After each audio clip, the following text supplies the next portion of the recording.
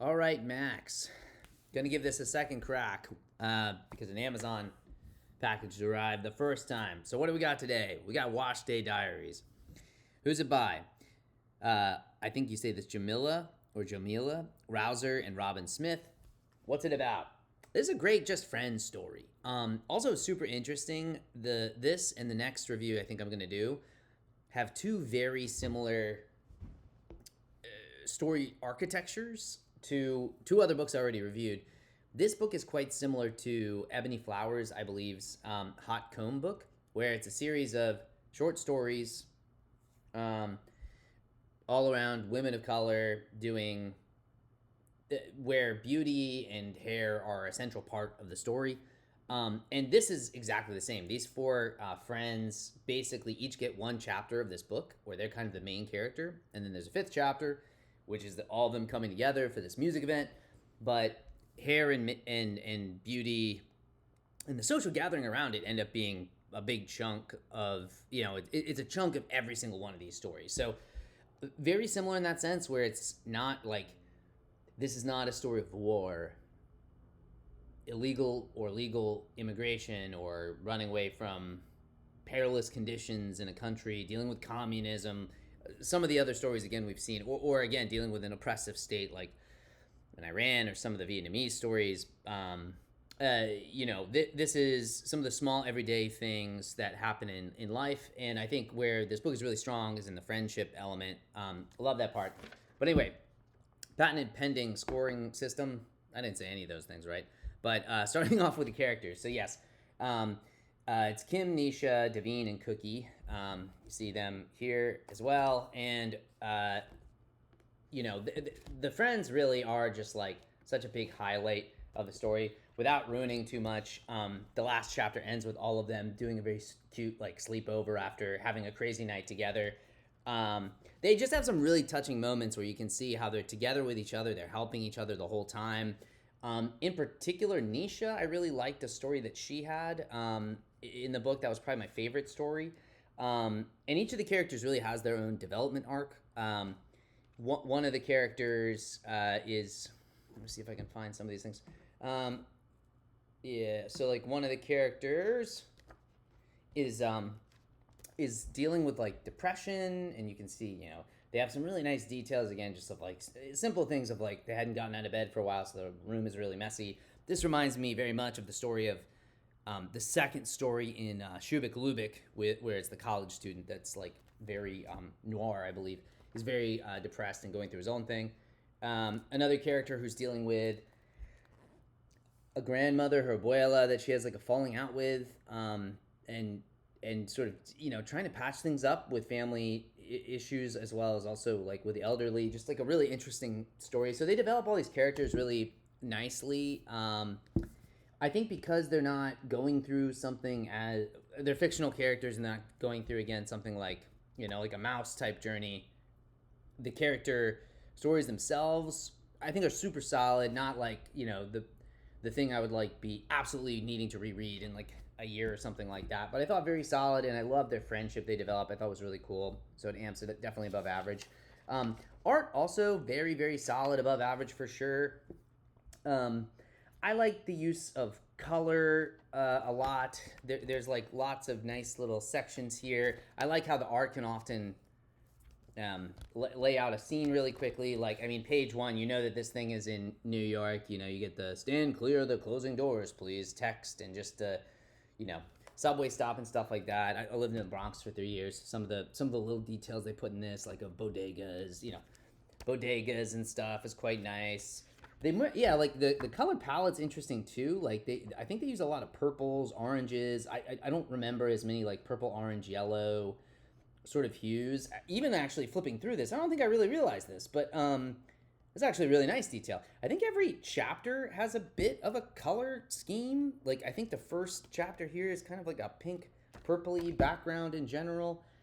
And then the second one seems like more like orange, but like more orangey vibes. Anyway, so I like the art a lot. I like how they use the color. There's also a couple like frames that I just really like the end of what, I don't know, some of the stuff around like some cool just shots, like where I like a lot how some of these things look. The perspective's really cool. Also, little details like they were in the middle of texting and then the friend kind of ghosted them. So like little cute elements like that, I thought creative. So solid art as well. The color's cool.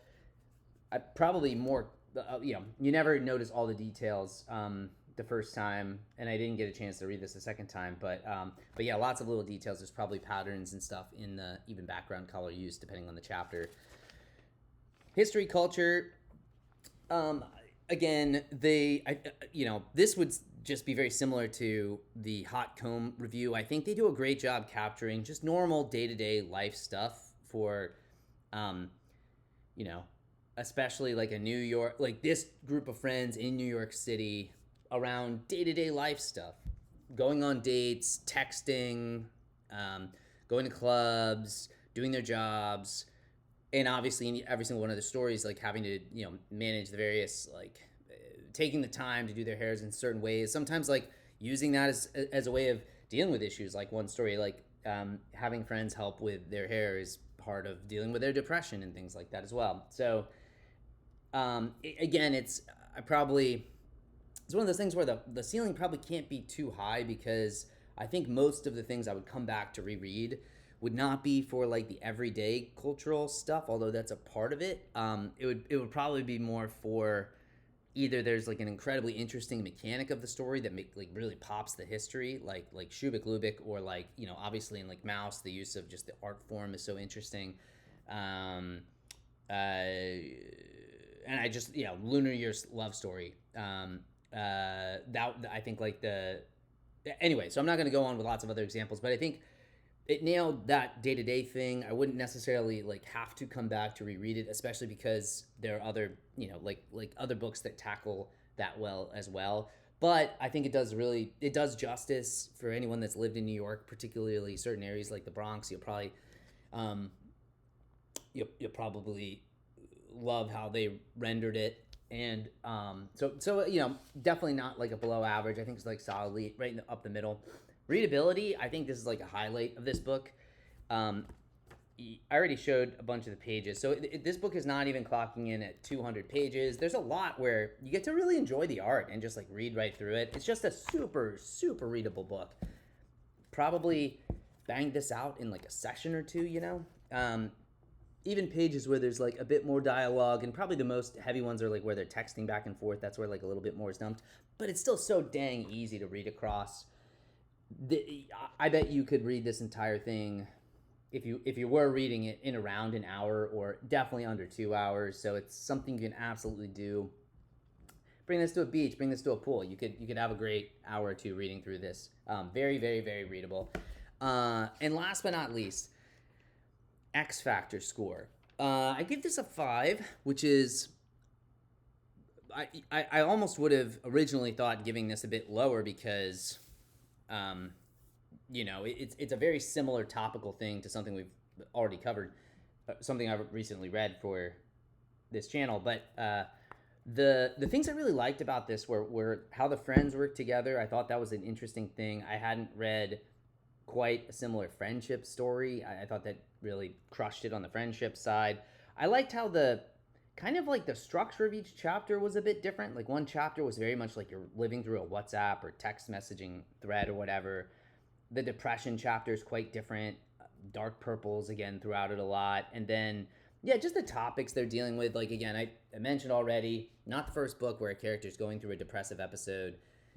Maybe though the first book where they're sort of dealing with like elderly people, dealing with like memory loss and stuff like that in this kind of a way, or also defending their friends when they're having to face, certain, without being spoilers, like friends coming together to truly like defend their friends as well, like in a very interesting way. So I thought for the dynamics, for the topics, still kind of quite interesting, and just something about the art and page work I thought were really fun too. So overall, definitely a solid recommend. It's a fun book, really cool, uplifting, happy kind of book. You get to read about 4 friends, understand a bit more about maybe some cultural groups or parts of the U.S. if you haven't spent a lot of time in New York. And as always, like the sheer time it takes to do some of certain hairstyles are very complicated and things like that. So just appreciating that as well. So a lot of cool things like that. And the friendship probably and the interesting character arcs are the most memorable parts for me, as well as just the really pleasant and nice and readable art and text going along with it. So that's the review. I'll leave it there. See you next time. Me and others, maybe.